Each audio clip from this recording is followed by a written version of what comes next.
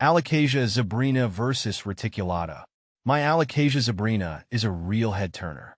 The zebra stripes on the stems, thicker than any other Alocasia I've owned, are dramatic and eye-catching. It's definitely the star of the show, even with the beautiful patterned leaves.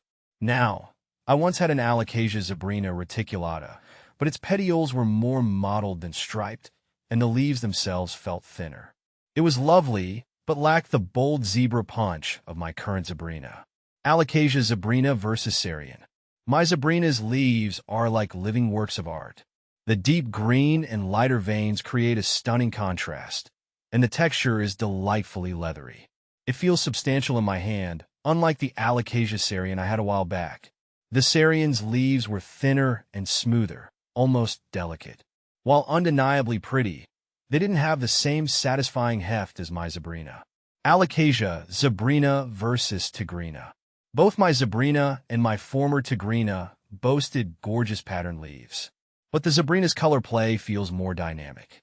The contrast between the dark green and lighter veins is more pronounced, creating a sharper, almost three-dimensional effect. Alocasia tigrina, while beautiful, had a more subtle color difference on its leaves. It felt a touch muted compared to the vibrant zebrina. How big do Alocasia zebrina grow? Alocasia zebrina can grow quite large if given the right conditions. In my experience, they can reach heights of around 2 to 3 feet, with leaves spanning about a foot in width. Watching my own Alocasia zebrina thrive and expand over time has been incredibly rewarding, seeing those distinct striped stems reach upwards, adding a touch of tropical elegance to my living space. How to care for Alocasia zebrina. Caring for Alocasia zebrina requires a bit of attention to detail, but it's worth it.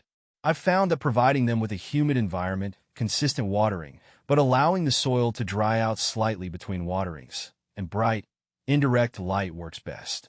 Occasionally misting the leaves helps mimic their natural habitat, keeping them happy and healthy. How to propagate Alocasia zebrina.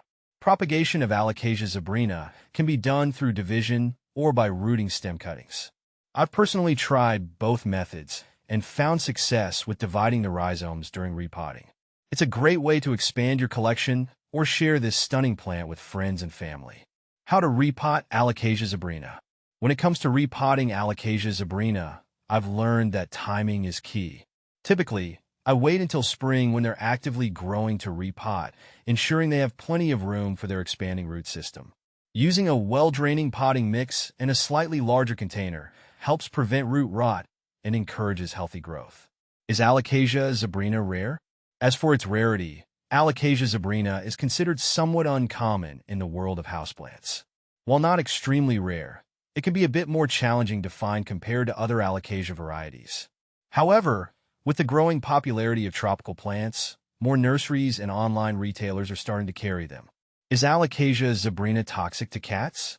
I've heard concerns about Alocasia zebrina being toxic to cats, and it's true. As a cat owner myself, I take precautions to keep my furry friend away from this plant.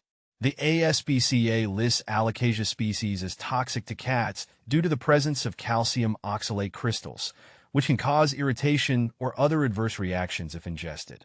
When to repot Alocasia zebrina. Knowing when to repot Alocasia zebrina can be a bit tricky, but I've found that observing the plant's growth is key. If it's becoming root-bound, showing signs of stress, or outgrowing its current pot, it's probably time for a larger container. Spring is usually the best time for this task, giving the plant a chance to settle into its new home during the growing season.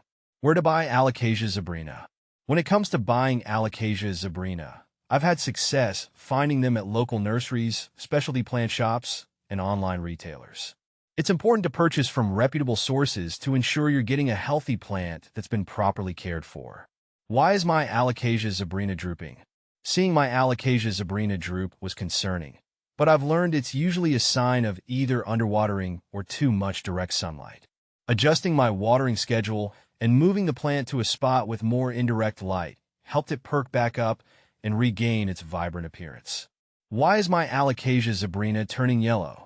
Yellowing leaves on my Alocasia zebrina can be a sign of overwatering or nutrient deficiency.